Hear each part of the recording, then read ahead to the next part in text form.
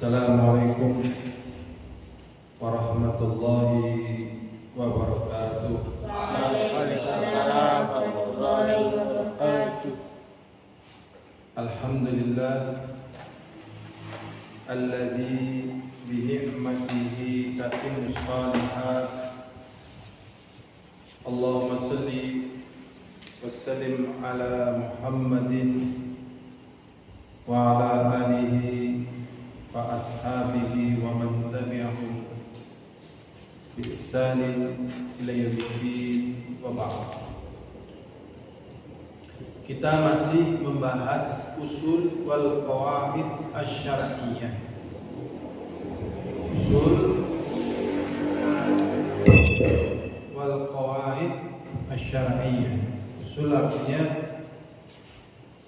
pokok-pokok, wal qawaid kaidah-kaidah asy-syar'iyyah. Kemarin kita sudah membahas tentang syarat diterimanya amalan. Sudah kita bahas ada dua, yaitu ikhlas, kemudian ya mencocoki sunnah Rasulullah. Ini syarat diterimanya amalan dua. Coba di sini sebutkan tiga. Ya, tambah iman. Sebenarnya iman itu syarat sahnya amalan. Jadi kalau tidak beriman, walaupun ikhlas, mencari sunnah Rasulullah, tidak sah, batal dengan kekufurannya. Ini Islam, ya sebenarnya Islam, ya Islam. Kalau mukmin kan jelas Muslim, tapi kalau Muslim belum tentu mukmin. Cuman maksud daripada Islam di sini ya mukmin, Islam. Ya, ada selain Islam mengatakan dia iman gitu kan? Ya, selain Islam iman. Tapi maksudnya seperti yang ada dalam penjelasan agama kita, itu maksudnya. Jadi kalau misalnya selain Islam mengatakan beriman, ya menurut dia, adapun menurut kita enggak, menurut Islam tidak. Begitu. Berikutnya hadirun azani wa azakumullah, afatul amalis salih, petakannya amalan saleh. Jadi amal saleh itu ada petakannya. Memang hidup ini ada aja petakannya ya. Semoga kita bisa menghindar dari petaka-petaka, apalagi petaka amal saleh. Yu'radu lil 'amil idza 'amila 'amalan salihan kas-shalah was-siyam was-shadaqah wa nahwuha salatu afatin. Dihadapkan bagi orang yang beramal saleh, yang beramal atau beramal dengan amal saleh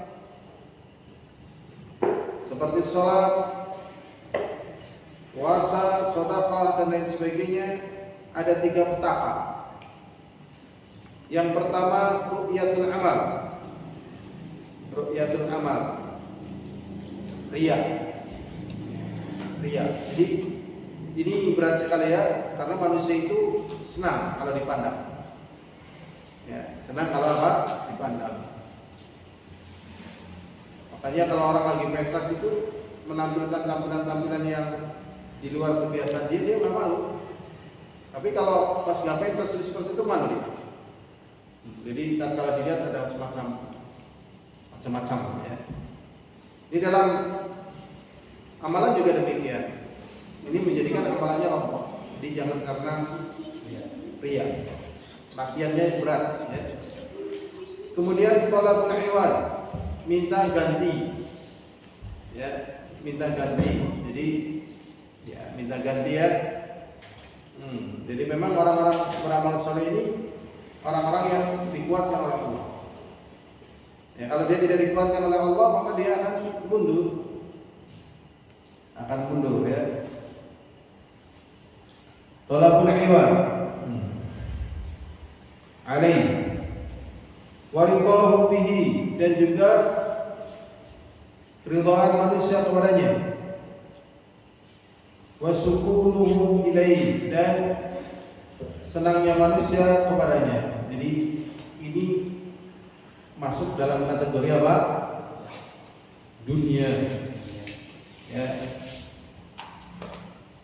Ada ikhwah yang memberitahu kepada tentang apakah seorang yang mengajar agama ini boleh menerima ya harta sebagai bentuk kelangsungan dakwah. Sebagian orang mengatakan tidak boleh secara mutlak. Ya. Tetapi para ulama menyatakan boleh. Di buku syarah Kitab Tauhid ya ada penjelasannya, punya syarahnya Syekh Abdul Rahman Nasir As-Sa'di itu. Ya. Dan ternyata ada seorang syekh juga membahas, Syekh Khudair. Beliau membahas orang yang tidak menerima harta dari dakwah dia itu belum tentu dia ikhlas. Belum tentu. Jadi kalau ikhlas nggak mau menerima itu belum tentu. Kemudian kalau menerima nggak ikhlas itu juga belum tentu. Karena yang namanya dunia diantaranya dipandang, terpandang, dipuji, orang cinta, cocok dan sebagainya. Ini melebihi daripada uang. Sebagian orang yang udah duitnya udah berlimpah, ngapain uang? Dia nggak butuh uang, dia butuhnya pengakuan. Ya, pengakuan. Makanya setelah kaya biasanya dia ingin jadi pejabat. Itu secara umum ya, pejabat publik. Ngapain kaya?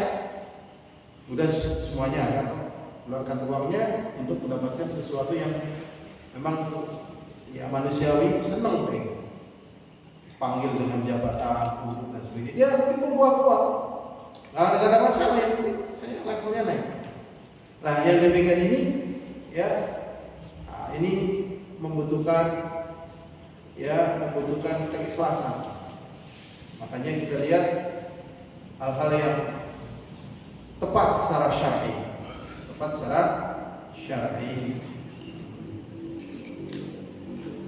Sehingga kita terbebas dari penghancur amalan, dari riya, kita ganti. Berikutnya yang pertama, falladhi yukhallisu min ru'yati amalihi mutali'atuhu li minnatillahi alaihi.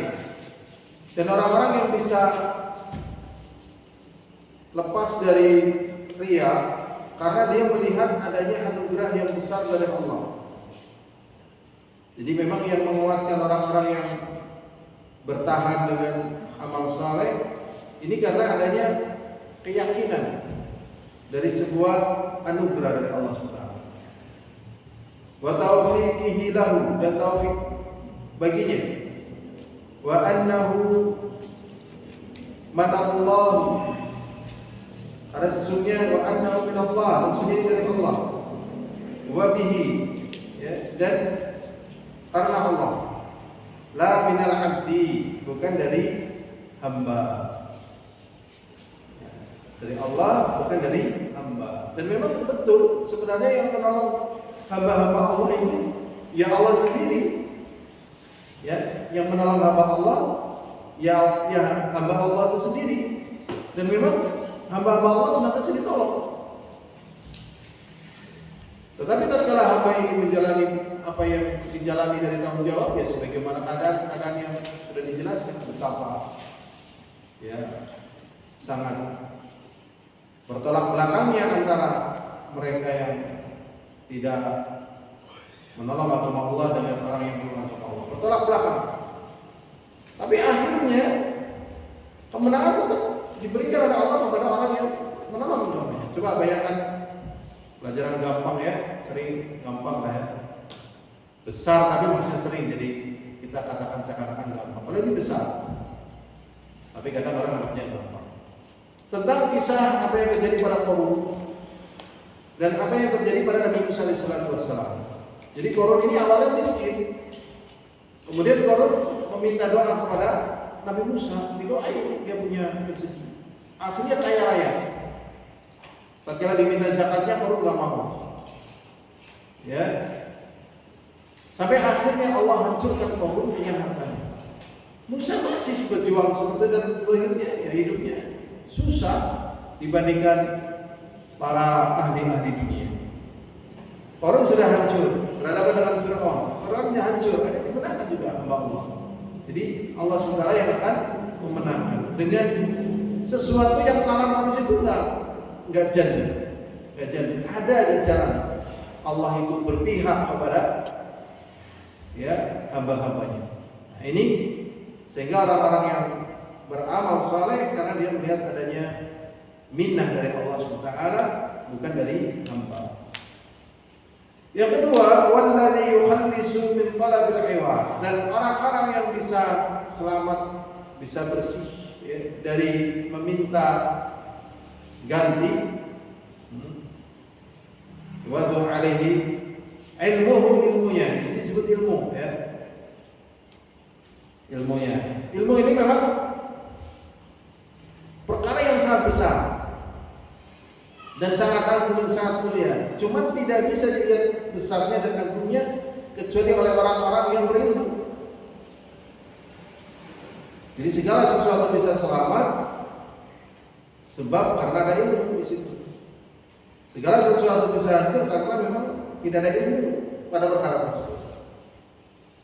Cuman ilmu ini abstrak ya, beda dengan dunia. Kalau dunia nampak, ya, dunia nampak, ilmu abstrak. Abstrak itu nggak kelihatan. Orang-orang yang murni, ya, bisa lewat dari minta ganti tadi. Bi'anna 'abdun mahdhun mamlukun li sayyidihi, karena dia meyakini bahwasanya dia adalah seorang hamba yang dimiliki oleh tuannya, la yastahiqu 'alal khidmah ajr. Dia merasa dalam khidmah ini dia berhak untuk mendapatkan ajr, pahala. Mendapatkan apa? Pahala. Mendapatkan ujur. Makanya kalau orang-orang yang berdakwah atau mengajar tidak disebut mendapatkan ujrah, istilahnya bisyarah, ya, bisyarah atau mungkin mukafa'ah. Loh kok kan sama aja ya, kalau ditinjau dari sisi materi dengan ilmu nggak imbang, ya, nggak imbang. Loh kok ada? Ya karena memang agama ini bukan ada yang hidupin. Kalau mau diujrahkan ya sebagaimana ilmu-ilmu yang diujrahkan itu, ya, untuk dapat ilmu ini harus sekian, untuk dapat ini harus sekian, ya. Ilmu mana yang lebih bermanfaat yang ada di dunia ini? Tentunya ilmu yang menyelamatkan manusia di dunia dan akhiratnya. Ilmu tentang satu perkara saja, ya, dibanderol untuk mendapatkannya harus sekian. Padahal cuma menangani satu bagian. Nah, tentunya ilmu yang menyelamatkan dunia akhirat banderolannya juga besar, tapi zahirnya tidak pernah dibanderol demikian itu. Bahkan diberi kemudahan, ya, pemuliaan, ada takrim yang hafal Quran dikasih takrim, pemuliaan, ya, yang hafal hadis, yang memiliki ilmu yang bagus, memiliki semangat, dapat apa? Takrim, bayangkan, masya Allah. Nah, sehingga ini merupakan bentuk khidmat kepada agama Allah. Fa in a'tahu sayyidu syai'an minal ajr, dan misalnya dia diberi oleh tuannya sesuatu dari ajr, dari pahala tadi, dari imbalan, fa huwa ihsan, maka ini adalah perbuatan baik tuannya tadi, yaitu Allah. Wa in'am, dan memberi nikmat min sayyidihi, dari tuannya, la iwadan minal amal, bukan dari iwad dari amalan tersebut. Jadi kalau dapat itu bukan iwad, tapi ihsan. Kalau mau diiwadkan ya nggak ketemu lah iwadnya kayak gitu. Ya, nah, makanya Yahudi itu bakhil Karena ingin iwat, ya, ingin iwat, sehingga apa yang mereka ketahui dari kitab-kitab mereka tidak semuanya diberitahu, dan tatkala yang diberitahu itu sudah dirubah-rubah. Maka kerusakan akidah ini yang menyebabkan rusaknya amalan mereka. Kerusakan akidah ini yang menjadikan rusaknya amalan mereka. Jadi di saat-saat ini kita melihat pemandangan nyata betapa sebab rusaknya akidah mereka, sehingga amalan mereka demikian, ya, demikian dengan akal sehat saja, dengan perkara yang sangat rendah itu sudah menyelisihinya. Tapi itu terjadi. Kenapa? Karena rusaknya akidahnya. Ini pas banget dengan firman Allah Subhanahu wa taala, "Hal nunabbi'ukum bi aksarina a'mala alladzina dhalla sa'yuhum fil hayatid dunya yahsabuna annahum yuhsinuna sun'a." Allah SWT mengatakan, "Hal nunabbi'ukum bi aksarina a'mala." Maukah kami tunjukkan kepada kalian orang-orang yang paling merugi amalannya? Alladzina dhalla sa'yuhum, yaitu orang-orang yang amalan ini tidak tepat, ini sasaran, tidak tepat, tidak sesuai petunjuk Allah, sesuai dengan kebaikan terhadap kehidupan. Salah ini, amalannya salah. Ya, alladzina dhalla sa'yuhum fil hayatid dunya, dalam keadaan salah amalan dalam kehidupan dunia ini. Kemudian mereka apa? Yahsabuna annahum yuhsinuna sun'a. Tapi mereka menyangka ini perbuatan yang paling bagusnya. Jadi kebodohan yang dilegalitas dengan hukum, ya, hukum positif. Ya Allah, ya Rabbi, ini petaka paling besar, petaka yang paling besar yang ada di dunia ini. Ini termasuk dalam kategori jahdil bala. Di jahdil bala, misalnya musibah, rumah hancur dan seterusnya, sakit. Jadi keyakinan yang seperti ini jahdil bala. Waliyadzubillah. Waliyadzubillah. Apa artinya berbuat zalim kalau dia jiwanya nggak tenang, akidahnya nggak benar? Waliyadzubillah. Ini yang terjadi pada Yahudi, ya. Naudzubillah, ya. Masya Allah. Miris kita, ya. Naudzubillah dari. Jangan sampai, ya, ikuti jejaknya. Berikutnya hadirin rahimakumullah. Yang ketiga, walladzi yukhallisu min ridahu bi amalihi. Adapun orang-orang yang bisa selamat dari kerugian manusia dengan amalannya dan tentramnya hati dengan kecintaan manusia kepadanya. Jadi cara bagaimana kita itu tatkala beramal itu bukan karena mencari ridho manusia. Istilahnya zaman sekarang itu follower, fans, ya kan? Ya Mas Ali, ya. Kalau fansnya banyak, seneng nggak Mas Ali? Fansnya, followernya, bangga kan? Terimanya banyak. Apa? Terimanya banyak. Misalnya nggak terimanya banyak, ya, dia mau ngomong apa diterima, maksudnya dipercaya. Ini followernya udah biru, ya, centang biru, ya Mas Ali. Nggak paham ya, itu anak-anak yang saya ngomong udah cetak biru itu, ya, followernya. Itu kalau ngomong apa kan diikutin. Follower ini kan jadinya Masya Allah, ya, bangga, kan, seneng gitu kan. Cara melepaskan dari yang demikian ini adalah mudhala'atu uyubihi, lihat aibnya. Lihat apa? Aibnya. Jadi memang ada aibnya. Jadi ngapain kalian terlalu fun sama saya misalnya? Ya. Kalian kan belum tahu aib saya kan? Akhirnya ketika ada yang ngefan, dia masa bodoh dia belum tahu aib saya, bukan karena saya aib. Nah, makanya, Masya Allah, ya, orang-orang yang bisa seperti ini dia jiwanya lebih bahagia, tidak ada beban, ya. Ya namanya manusia, kalau cinta ikut, kalau benci pergi. Tapi tatkala dia sudah tahu tentang aibnya, ada yang cinta, ya bukan urusan saya, penting saya harus berbuat baik. Benci ya sudah tepat kamu membenci, silakan cari yang lebih baik. Ya, begitu. Nah, ini kuat jadi. Wa taqsiruhu dan kekurangannya fi amali dalam amalannya. Wa ma fi min hadhi nafsin wa syaitan, dan juga terkandung di dalam masalah amalan tersebut kadang menyelinap ya hadhi nafsi, yaitu keperluan. Ya, keperluan memang masya Allah ya. Mengamati yang demikian ini sulit. Paling pribadi ya amati. Jangan sampai beramal itu karena hadhi nafsi. Ya karena ada unsur kepentingan di situ. Ya, juga jangan karena syaitan.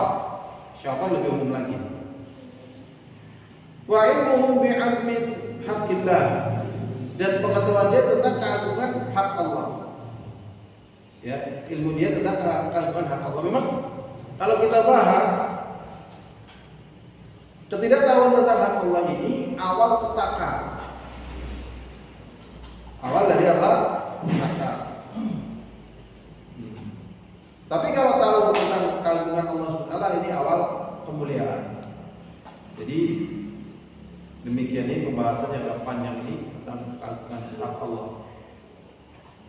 Berikutnya wa annal 'abda a'jaza wa ad'afa, sesungguhnya hamba itu tak berdaya dan lemah min ayyakum, dari dia menegakkan bihi amalan tersebut. Jadi aslinya hamba itu tidak mampu menegakkan amalan tersebut. Aslinya nggak mampu gitu. Apalagi amalan-amalan yang berat ya, seperti berdakwah. Berdakwah itu termasuk amalan paling berat. Kayaknya nggak ada yang lebih berat daripada dakwah. Karena amalan dakwah ini kan berubah dari satu kebiasaan menuju kebiasaan yang lainnya. Ini satu perkara yang berat. Dan tantangannya paling besar. Jangan kan merubah kebiasaan orang lain, merubah kebiasaan kita sendiri. Ya. Itu yang dihadapi oleh para nabi, para rasul, para pengikutnya, berubah. Bukan hanya pengetahuan tentang berubahnya saja, tapi pengetahuan yang menjadi variabel perkara tersebut. Nah, dia tahu tentang masalah kejiwaan, untuk masalah sosial, masalah ekonomi, bahkan permasalahan-permasalahan yang banyak yang menyertainya sehingga bijak gitu ya. Makanya di sini pentingnya kita mengenal sunnah, misalnya yang dikatakan oleh Imam Malik rahimahullah taala, la yasluhu hadhil ummah illa ma salaha awaluha, tidak akan menjadi baik urusan umat ini kecuali apa yang menjadi baik awal daripada kebaikan umat ini. Kalau kita lihat daripada dakwah Rasulullah SAW, beliau paham betul tentang variabel-variabel yang berkaitan dengan ketepatan beliau dalam bersikap. Ya, tentang masyarakat Madinah, tentang orang-orang yang sakit hati, tentang ya orang-orang Quraisy, tentang permasalahan yang besar, yang banyak, semuanya dengan ketepatan-ketepatan. Ya. Nah, ini ya memang paling besar ya dakwah. Cuman dampaknya juga paling baik, dampaknya paling baik. Minayakum bihi, ini jelas tidak mampu. Adapun mampu ini karena dimampukan oleh Allah SWT. Al-wajib akmal, dari sisi yang lebih sempurna. Nas'alullah al-ikhlasa, maka kita mohon kepada Allah keikhlasan. Jadi memang dimudahkan Allah, ditolong, dijaga. Ya, ditolong, dijaga sehingga mampu memikulnya. Maka kita mohon keikhlasan kepada Allah, wala'aun dan pertolongan. Wal istiqamah wa husnul ibadah, dan istiqamah. Ya, istiqamah itu artinya langgeng ya, atau istilahnya terus menerus. Terus menerus istiqamah. Konsisten. Al istiqamah wa husnul ibadah, dan bagusnya ibadah. Nah, bagusnya ibadah ini tentunya tidak semudah dibandingkan hanya ibadah. Kalau ibadah mah, misal Ramadan, ya banyak orang beribadah. Tapi kalau bagusnya ibadah, pasca Ramadan 6 bulan itu berdoa terus. Berdoa terus untuk diterima Ramadan yang telah berlalu. Tatkala masuk pertengahan Ramadan, maksudnya masuk pertengahan 6 bulan mau masuk ke Ramadan, ini sudah start. Ini kita Ramadan kurang berapa bulan? Kurang 3 bulanan ya. Ini kemarin 6 bulan itu udah banyak yang start. Dan yang demikian ini jarang. Kebanyakan orang kalau udah ya udah gitu. Kalau udah ya udah. Padahal dalam perkara agama bukan kalau udah ya udah, terus konsisten. Ini yang sulit. Ya, ini yang sulit. Lebih sulit lagi, ya, lebih sulit lagi ini. Ya, seperti misalnya kata yang ada di poin fikih ya. Al-hukmu yaduru ma'illati wujudan wa 'adaman. Hukum itu berputar bersama ilahnya. Ya. Adanya ilah berarti adanya hukum, adanya ilah berarti adanya hukum. Itu berputar terus. Ini berat nih. Ya. Dinamikanya berat. Tetapi tatkala perkaranya itu tidak masuk dalam kategori haram, padahal selamanya kita tadinya sudah menganggap perkara itu haram, setelah permasalahannya terkuak ternyata bukan pada perkara haram, masuk ranah yang boleh, terjadi perubahan yang demikian ini bukan perkara yang mudah. Butuh pertolongan Allah Subhanahu, ya, butuh pertolongan Allah Subhanahu wa Ta'ala. Walaupun tetap sebagian manusia tetap menghukum itu haram. Ini haram. Kenapa? Zaman dulu nggak ada. Dibahas oleh para ulama. Iya, memang permasalahannya berbeda. Tetap ada sebagian yang mengharamkan, ada yang membolehkan. Nah, terjadinya perubahan yang demikian ini sulit bagi sebagian manusia. Ya, seperti terjadi perubahan dari Yahudi dan Kristen, dari Kristen ke Islam, sebagian orang sulit. Yahudi bertahan pada Yahudinya, Nasara bertahan pada Nasaranya, sedangkan yang selamat yang mampu mengikuti perkembangan terus sampai ke Islam. Islam pun mengalami hal demikian itu. Ya, ini yang namanya, masya Allah ya. Dulu sebagian kaum muslimin mengharamkan air listrik, diharamkan radio, diharamkan dulu. Wah, listrik nggak ada di zaman Nabi, sehingga satu kecamatan pernah menolak listrik, sehingga listrik terlambat masuk ke kecamatan itu. Radio ada yang mengatakan haram, berkembang lagi, ya, sampai di masa kita ini. Kalau bukan karena para ulama yang nyontoh terlebih dahulu, kita tidak akan menggunakan seperti video saat ini.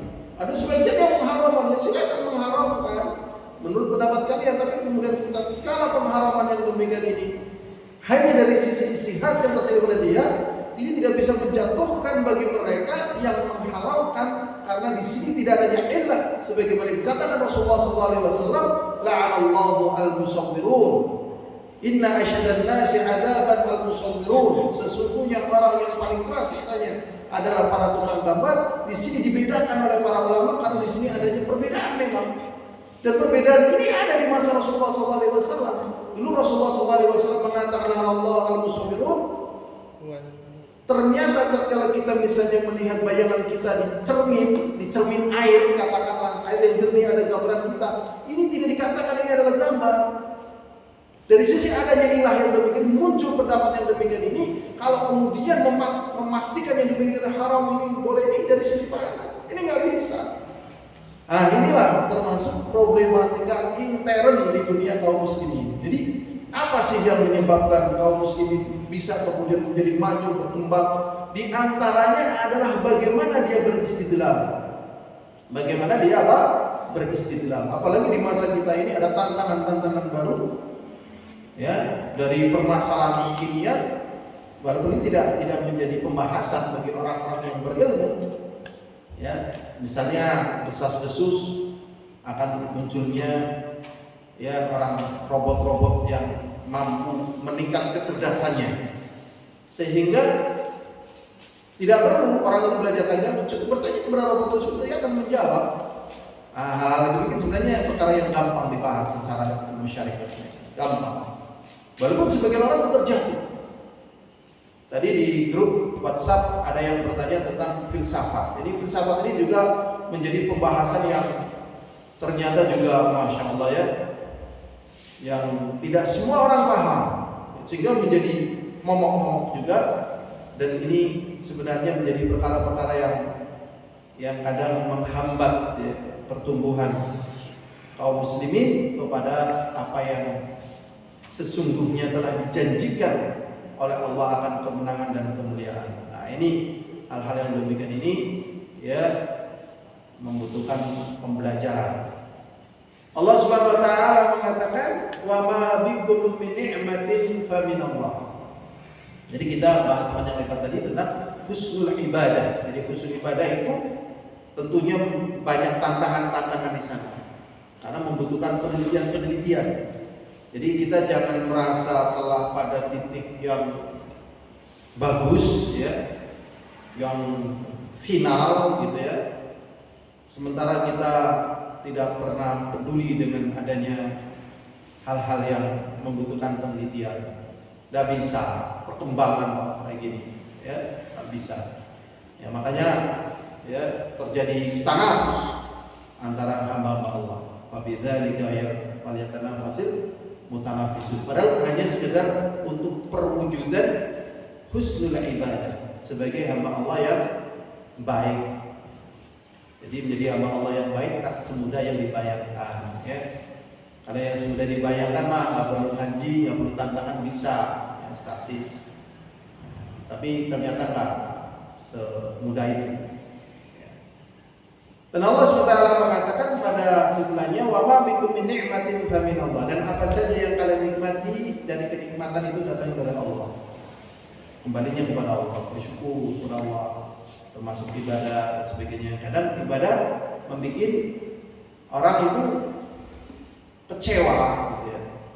Karena seakan-akan tidak ada rewardnya, seakan-akan tidak ada perhatiannya, ya, tidak ada dukungannya. Ya memang dunia ibadah dunia yang sepi dukungan. Kalau kita merasa sepi, nggak ada dukungan, nggak ada ini, sebenarnya kita ibadah ini kepada siapa? Dan permasalahan ibadah itu bagaimana? Ya, memang ibadah demikian itu. Maka tatkala kita diberi kemudahan beribadah, ini semuanya nikmat dari Allah. Summa idza masakumud dzurru fa ilayhi taj'arun, dan kemudian tatkala menimpa kalian mudarat, maka kepada Allah lah kalian akan kembali, akan minta perlindungan. Ini petaka-petaka amalan tadi ya, sudah ada 3 poin di sini dijelaskan cara menyelesaikannya, cara menghadapinya. Ya, juga tadi kita tambahkan penjelasan yang kontemporer ya, kontemporer. Kita nggak bisa menutup mata dari kontemporer ya, mau nggak mau.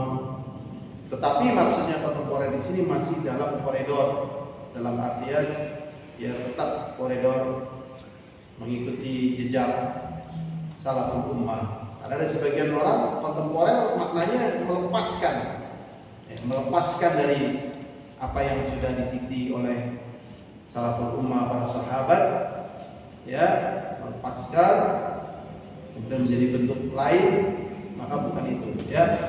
Kontemporer maksudnya agar kita senantiasa tetap berada di dalam jalan para sahabat dan kita tetap menjadi sebab kebaikan ya, sebagaimana pendahulu kita yaitu Rasulullah SAW. Bahkan seluruh penjuru dunia menyaksikan kebaikan dan kemenangan yang ada pada Rasulullah dan para sahabat. Berikutnya lah hadirun, kita masuk kepada poin berikutnya yaitu hifdzul amal. Sedikit lagi waktunya habis.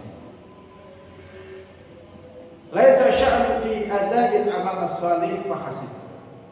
Di sini dikatakan di dalam mempraktikkan amalan itu bukan hanya sekedar menunaikan saja. Inama sya'nu fi hifdzil amal, akan tetapi keberadaan itu adalah menjaga amalan. Mimma yufsiduhu wa yahbaquhu. Jadi begini. Secara umum orang beramal itu sudah sulit. Ya, butuh banyak hal. Haji, umrah, gitu ya, sholat, puasa, zakat, ngaji dan sebagainya.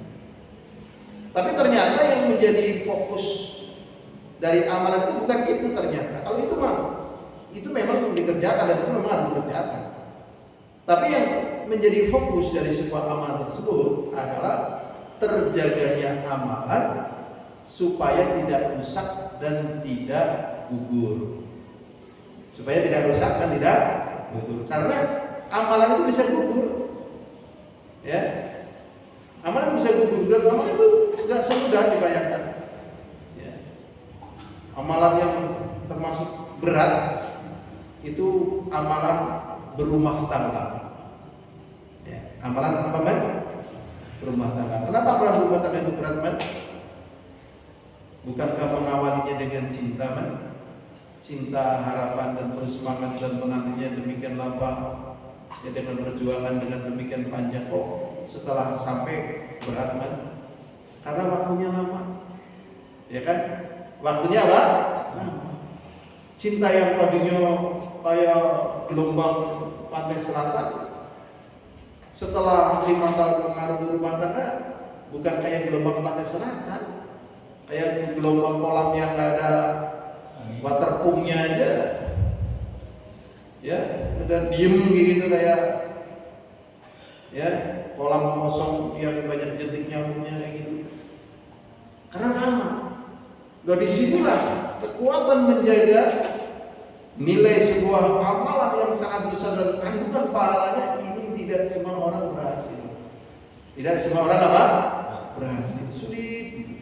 Kalau hanya mempertahankan suami masih jadi suaminya, istri jadi istrinya, gampang, lebih gampang. Ya. Walaupun banyak juga yang gagal, ya, banyak juga yang gagal.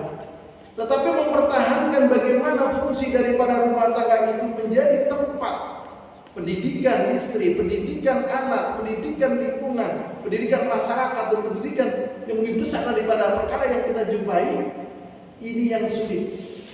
Membutuhkan kesabaran, ketabahan, keberanian ini dan itu. Karena waktunya lah lama. Kalau sebulan Ramadan selesai, sholat lima waktu 10 menit selesai. Tapi ini kadang 50 tahun, 20 tahun. Ya, makanya wajar ya, wajar, walaupun jangan seperti itu. Ada kakek-kakek, nenek-nenek udah bisa melewati masa-masa sulit.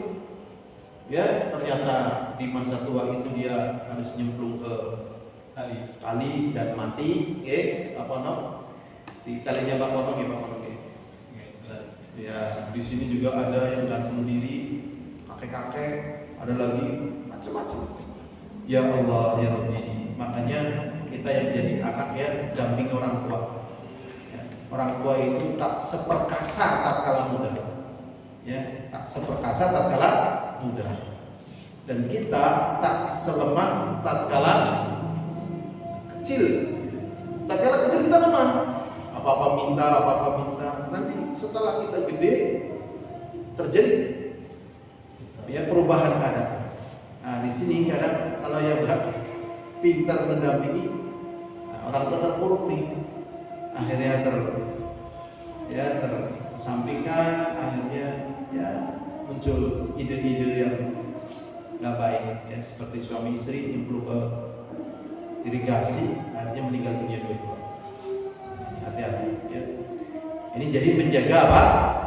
Amanah. Ya, jadi bukan hanya ya misal rumah tangga kakek-kakek, nenek-nenek, tapi diterimanya amalan mereka. Ini saja yang bisa kita pelajari. Semoga bermanfaat. Apabila ada kata-kata yang keliru, yang salah, ya, pertama ta'awun Allah, berikutnya bingung.